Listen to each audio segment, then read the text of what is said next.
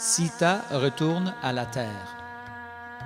Durant les jours qui suivirent, Rama écouta attentivement le Ramayana des lèvres de Lava et Kusha.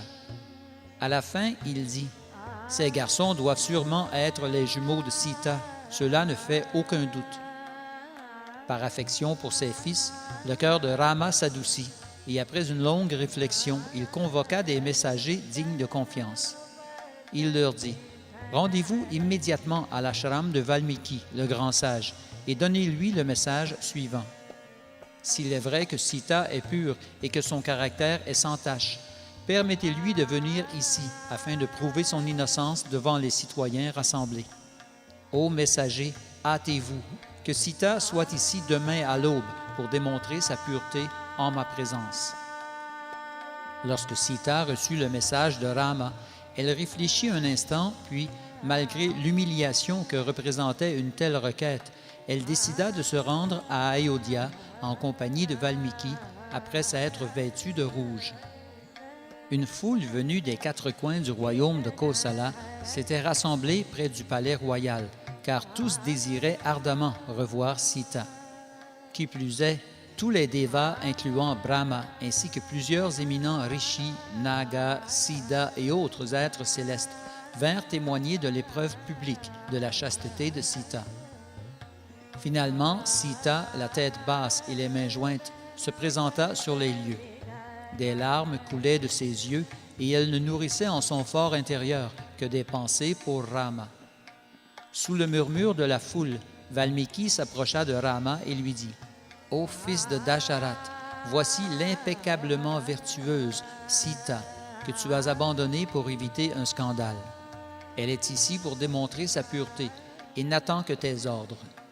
Ô Rama, moi qui n'ai jamais menti, te déclare ouvertement, dans le cas où Sita serait entachée de la moindre faute, je renoncerai aux fruits de mon ascèse.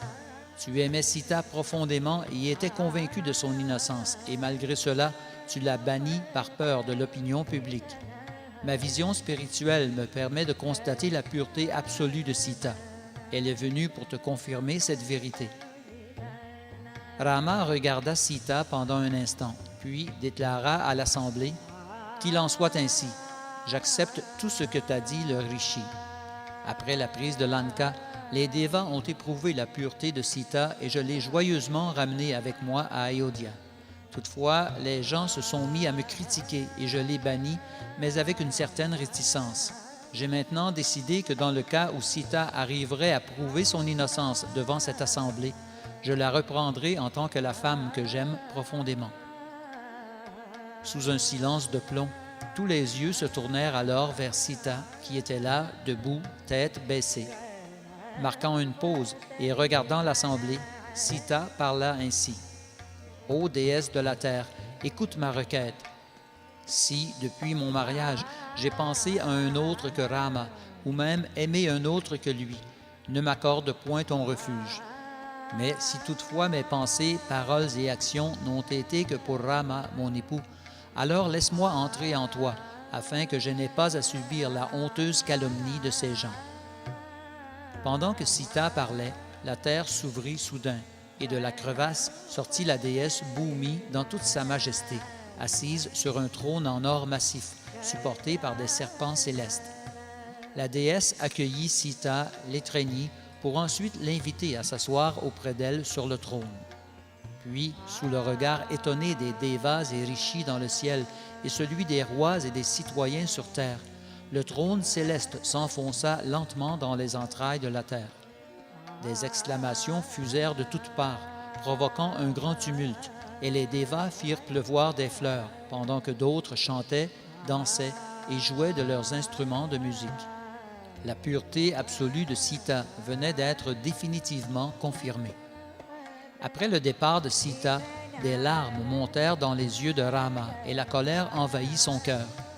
Inclinant la tête, il déclara « Ô terre, je t'ordonne de me rendre Sita immédiatement. Ouvre-toi et amène-la ici pour que nous soyons réunis à nouveau. Sita est ta fille, je suis donc ton beau-fils. Rends-moi Sita sans tarder, sinon j'écraserai tes montagnes, brûlerai tes forêts et te réduirai en poussière. » Brahma parla alors à Rama afin d'apaiser son délire. « Seigneur, souviens-toi de ton identité. Tu es Dieu, la personne suprême, Vishnu, et Sita est nulle autre que la déesse de la fortune. Sita est maintenant sur la planète des Nagas et elle sera bientôt avec toi à Vaikuntha, ta demeure spirituelle. Ô héros suprême, maître de l'univers et soutien de toute vie, je n'ai pas à te rappeler ta position divine. Ô Rama, abandonne ton chagrin et écoute tes fils raconter tes derniers divertissements sublimes sur terre. Cette épopée, composée par Valmiki, répandra tes hauts faits partout dans les trois mondes, tant et aussi longtemps que durera l'univers. » Après avoir ainsi parlé, Brahma disparut. En compagnie de Lava et Kusha, Rama se rendit ensuite à l'ashram de Valmiki. Après avoir pleuré toute la nuit la perte de Sita, Rama convoqua tous les rishis et demanda à ses fils de réciter le dernier chapitre du Ramayana. Plus tard, Rama retourna à Ayodhya, mais la vie n'avait pour lui plus aucun sens en l'absence de Sita, sa bien-aimée. Néanmoins, il continua à gouverner le royaume selon les principes de la spiritualité. Ainsi, les pluies tombaient suffisamment et en saison, les récoltes se faisaient abondantes et la prospérité tangible.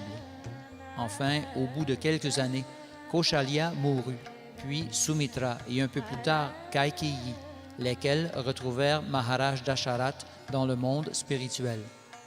Quelque temps plus tard, Rama donna aux deux fils de Bharat le royaume de Gandharva et les deux fils de Lakshman reçurent le royaume de Kurapata.